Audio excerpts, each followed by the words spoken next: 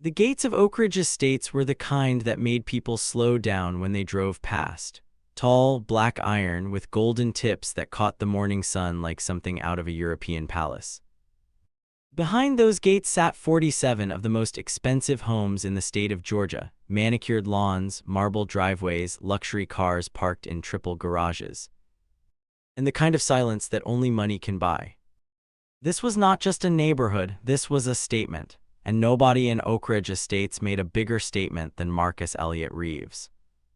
Marcus Reeves was 44 years old, 6 feet 2 inches tall, and worth approximately $4.7 billion according to the most recent Forbes estimate, though people close to him said that number was conservative by at least $1 billion.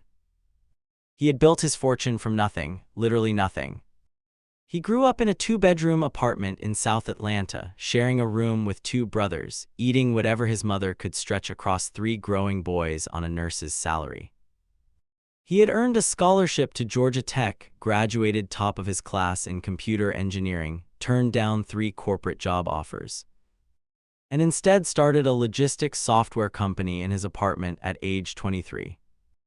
By 28, that company had contracts with 4 of the top 10 retailers in America. By 32, he sold it for $900 million. What he built next made that number look like pocket change. Marcus Reeves did not move to Oakridge Estates to show off. He moved there because it was quiet, gated, and 40 minutes from his company headquarters.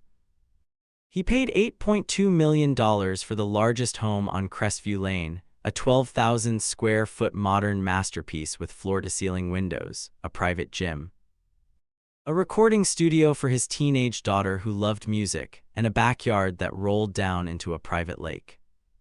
He paid cash. He moved in on a Tuesday. By Friday, he had received his first letter from the Oakridge Estates Homeowners Association.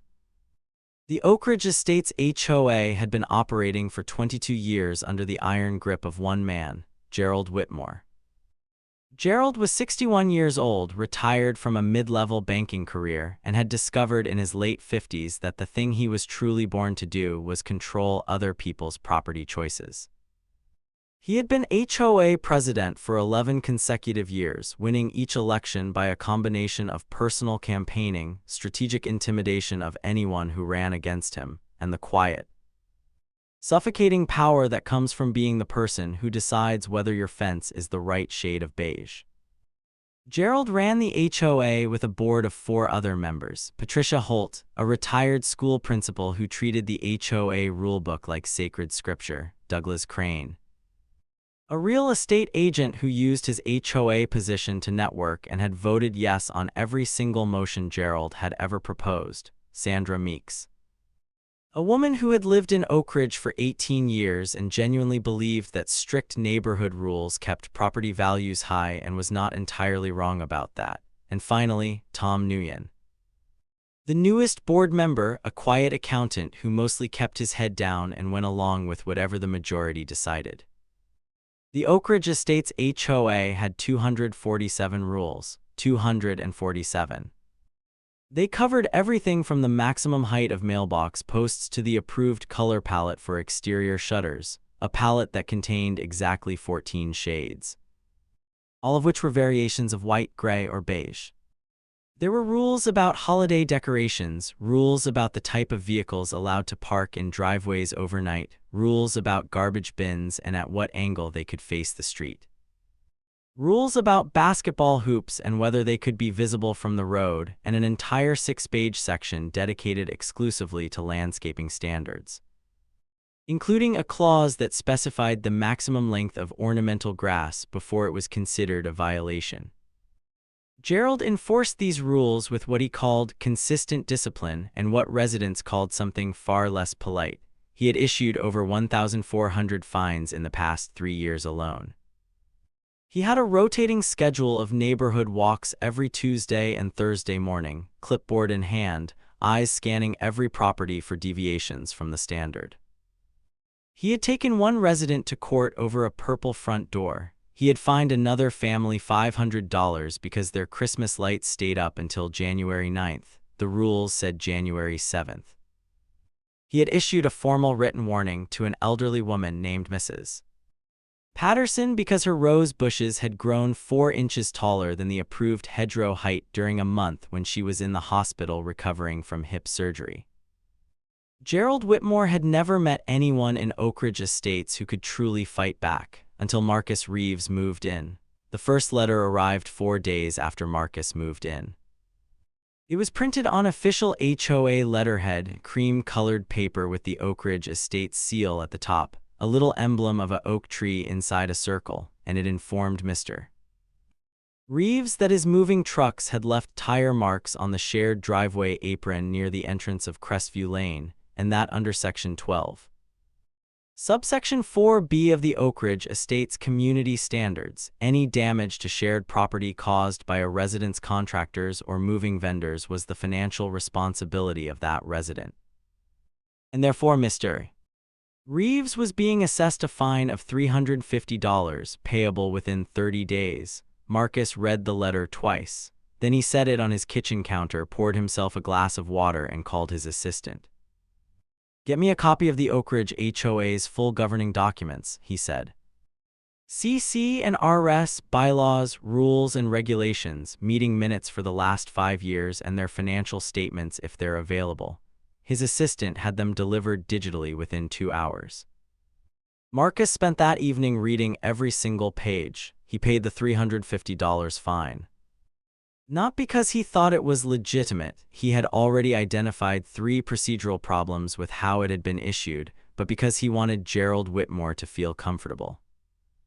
Marcus Reeves had not built a $4.7 billion company by showing his hand early. He believed in strategy. He believed in patience. And he believed deeply and completely that the best victories are the ones your opponent never sees coming until it is already over.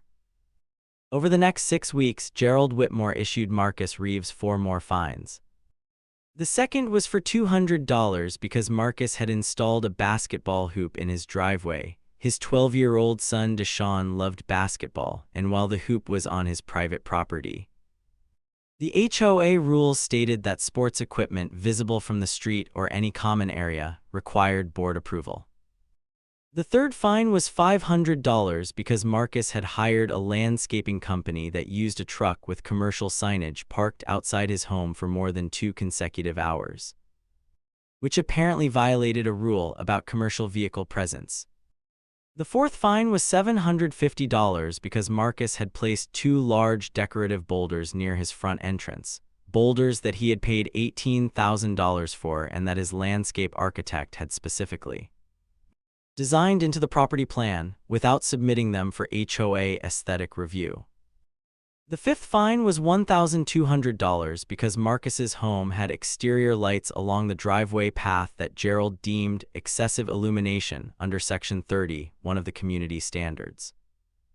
Total fines in 6 weeks, $2,950. To Marcus Reeves, $2,950 was less than the tip he left at a business dinner, but that was not the point. The point was that Gerald Whitmore had looked at the new neighbor, sized him up, and decided that he was just another wealthy resident who would grumble privately and pay quietly.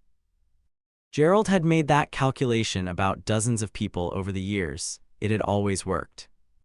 He had no framework for understanding what happened when the person on the other end of his clipboard had unlimited resources, a brilliant strategic mind, and crucially, the time and the will to make this personal. Marcus did not call Gerald, he did not write an angry email, he did not complain to the other neighbors or show up at an HOA meeting shouting. Instead, he made 3 phone calls. The first was to a law firm in Atlanta, not just any law firm, but one of the top HOA litigation firms in the southeastern United States. A firm that had successfully challenged HOA authority in 19 states and had won landmark cases that were now cited in property law textbooks. The second call was to a private investigation firm. The third call was to a forensic accounting firm. The war had begun. Gerald just didn't know it yet. While Gerald continued his Tuesday and Thursday morning patrols, clipboard in hand, Marcus's team was working. The private investigators spent 3 weeks doing what private investigators do, quietly, carefully, and very thoroughly. The forensic accountants spent 4 weeks going through every HOA financial document that was legally available to residents, and then through a formal records request backed by legal counsel. Obtained documents that the HOA had not volunteered. What they found was extraordinary. The Oakridge Estates HOA collected approximately $890,000 per year in dues from its 47 homes, plus whatever additional revenue came from fines and fees. Over the past 5 years, that meant the HOA had collected well over $4 million. The reserve fund, money that HOAs are supposed to maintain for major repairs and capital improvements, should have contained somewhere between $600,000 and $900,000 based on standard industry guidelines for a community of Oakridge's size and property values. The actual reserve fund contained $134,000. Where had the money gone? Some of it had gone to legitimate expenses, landscaping of common areas, gate maintenance, insurance, the management company that handled day-to-day administration. But there were irregularities. Significant ones. A landscaping contract that was renewed annually at rates approximately 40% above market value, awarded to a company that, when investigated, turned out to be partially owned by Douglas Crane's brother-in-law. A community improvement project from 3 years ago that had supposedly repaved the entrance road for $180,000, but when Marcus's team spoke quietly to other long-term residents, several of them said the road had been repaved, but that they had received quotes from other contractors suggesting the job should have cost between $70,000 and $90,000. And perhaps most interesting of all, Gerald Whitmore, who served as HOA president, was drawing a community management stipend of $2,500 per month, $30,000 per year, a compensation arrangement that the forensic accountants confirmed had never been properly disclosed to all homeowners or formally approved through the process required by the HOA's own bylaws. Marcus's legal team also went through the 247 rules with a precision that Gerald Whitmore, who had written many of those rules himself over the years, had never anticipated facing. What they found was that a significant number of the HOA's enforcement actions, including several of the fines issued to Marcus, had procedural defects. Notices had been sent without the required photographic documentation. Appeal windows had not been properly disclosed. In at least 2 cases, fines had been issued by Gerald alone without the required board vote. And the basketball hoop fine issued to Marcus was, according to the legal team, almost certainly unenforceable because the rule it cited had been added to the HOA standards 3 years ago without the homeowner vote that the CC and RS required for any new rule additions. Marcus reviewed everything his teams had compiled. He sat in his home office, the Atlanta skyline visible in the distance through his floor-to-ceiling windows, and he felt something that was not quite anger and not quite satisfaction. It was clarity. He knew exactly what he was going to do, and he knew exactly how it was going to end. The Oakridge Estates HOA held its annual homeowner meeting every year in the community clubhouse, a well-appointed space with a conference table that seated 20 and folding chairs along the walls for overflow.